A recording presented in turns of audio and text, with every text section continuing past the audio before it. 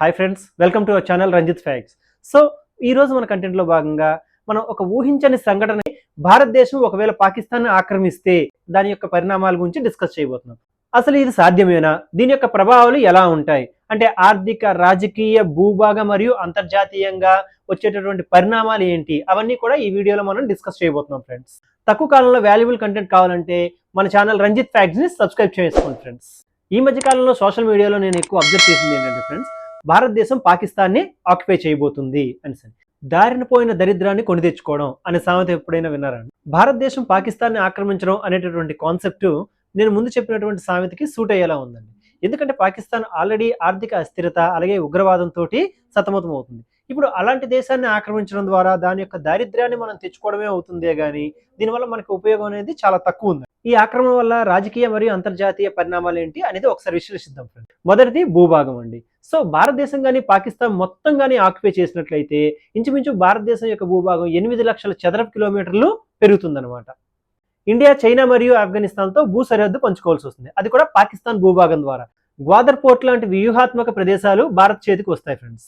So ఇది ఒక positive గానే చెప్పుకోవచ్చు. ఇది భారతదేశాన్ని మరింత వ్యూహాత్మకంగా అలాగే శక్తివంతంగా తయారు చేస్తుంది. అయితే భద్రతాపరమైనటువంటి కొత్త సవాళ్ళను కూడా భారతదేశం ఎదుర్కోవాల్సి వస్తుందండి. ఎందుకంటే గ్వాదర్ పోర్ట్ పాకిస్తాన్ కి ఎంత ఇంపార్టెంట్ అనేది మొన్న మనం అటాక్ చేసిన తర్వాతే అందరికీ అర్థమై ఉంటుందండి. ఆర్థిక ప్రభావాలు ఏంటి అనేది ఒకసారి పరిశీలించినట్లయితే, సో పాకిస్తాన్ ఆర్థిక వ్యవస్థ ఆల్రెడీ చాలా దారుణమైనటువంటి స్థితిలో ఉంది. అంటే దాని జీడిపి కానీ చూసుకున్నట్లయితే ఇంచుమించు $350 మిలియన్ మాత్రమే. అదే భారతదేశం యొక్క జీడిపి కానీ చూసినట్లయితే $3.7 ట్రిలియన్, అంటే 3,70,000 కోట్ల డాలర్లు. అయితే ఆక్రమణ తర్వాత భారత ప్రభుత్వం పాకిస్తాన్ ప్రాంతంలోని పెద్ద ఎత్తున ఖర్చు పెట్టాల్సి ఉంటుందండి. అంటే అభివృద్ధి పనులు ఇట్లాంటివన్నీ కూడా, ఇన్ఫ్రాస్ట్రక్చర్, రోడ్లు ఇట్లాంటివన్నీ కూడా. ఎందుకంటే పాకిస్తాన్ అంత అభివృద్ధి చెందినటువంటి దేశం కాదు. అది భారత్ యొక్క అభివృద్ధితో పోల్చుకున్నట్లయితే పాకిస్తాన్ చాలా తక్కువనే చెప్పుకోవచ్చు.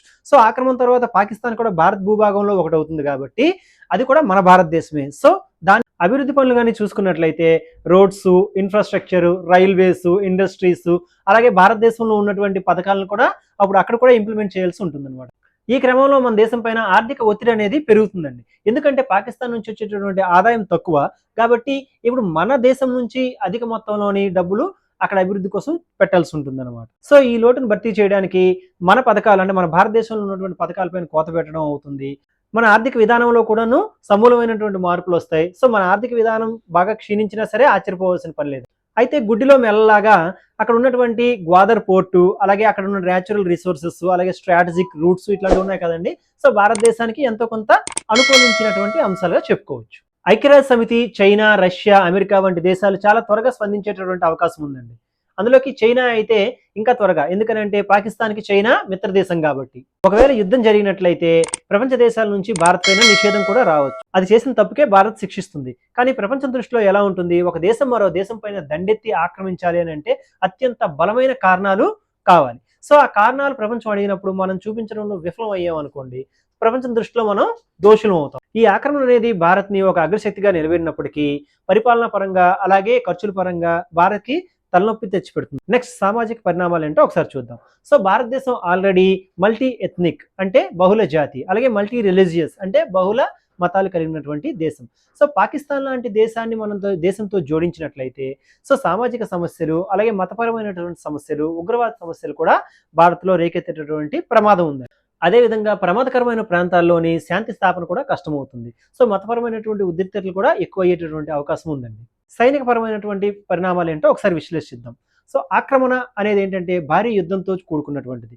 సో ఈ క్రమంలోని అనేకమైనటువంటి ప్రాణ నష్టం, అంటే అవతల దేశం వాళ్ళు అవ్వచ్చు, మన దేశం వాళ్ళు అవ్వచ్చు, సైనికులు, పౌరులు, అలాగే ఇన్ఫ్రాస్ట్రక్చర్, బిల్డింగ్స్ ఇవన్నీ కూడాను చాలా లాస్ అయ్యేటటువంటి అవకాశం ఉందండి. కొన్ని బిలియన్ డాలర్లలోని మన ఆస్తి అనేది నష్టం జరిగేటటువంటి అవకాశం కూడా ఉంది. ఇరు దేశాల దగ్గర అణ్వాయుధాలు ఉన్నాయి. దీనివల్ల యుద్ధం మరింత ప్రమాదకరం అయ్యేటటువంటి అవకాశం ఉంది. భారత సైన్యం అనేది ప్రపంచంలో చాలా గొప్పదే, కానీ యుద్ధం అనేసరికి మన సైనికులు ఎంతో కొంతమంది ప్రాణాలు అని పోయేటటువంటి అవకాశం ఉంది. నెక్స్ట్ ఉగ్రవాద సమస్య.